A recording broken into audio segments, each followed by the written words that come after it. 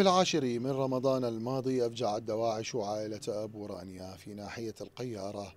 اقتحموا المنزل في منتصف الليل واقتادوا رب الأسرة إلى جهة مجهولة بحجة التخابر مع القوات الأمنية.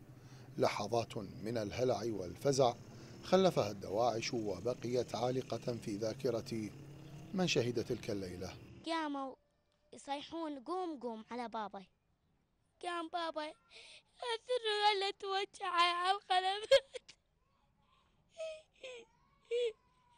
دل اطلع صيح عريد سحب علينا حساب. بعد ما نقدر راحوا واخذوا شغلوا السيارة طلعوها هنا عند باب جيراني وما تشتغل السيارة. اسمع بابا يقول لهم والله ما طلعت والله ما طلعت. يعني كشف قلب الغسيل يبدي صيح يجي. تكمل رانيا قصة البحث عن أبيها لكن دون جدوى. وفي العيد وجدت والدها جثة معلقة أمام إحدى مدارس المنطقة لمدة 3 أيام. 3 أيام هو معلق مقابيل المدرسة بالملعب. 3 أيام معلق بالشمس وهسه جثته ما ندري وين.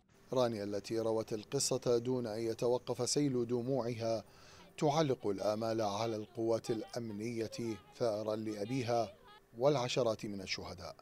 خذوا بحقنا وهم أنا ويانا الضابط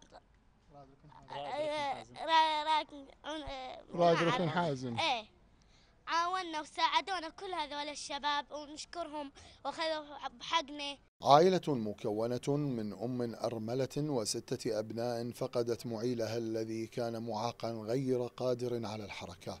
هي واحدة من عشرات العائلات التي خلفتها جرائم داعش الذي لا يفرق بين الأسوياء من دونهم، ولم يسلم أي شخص من إرهابهم.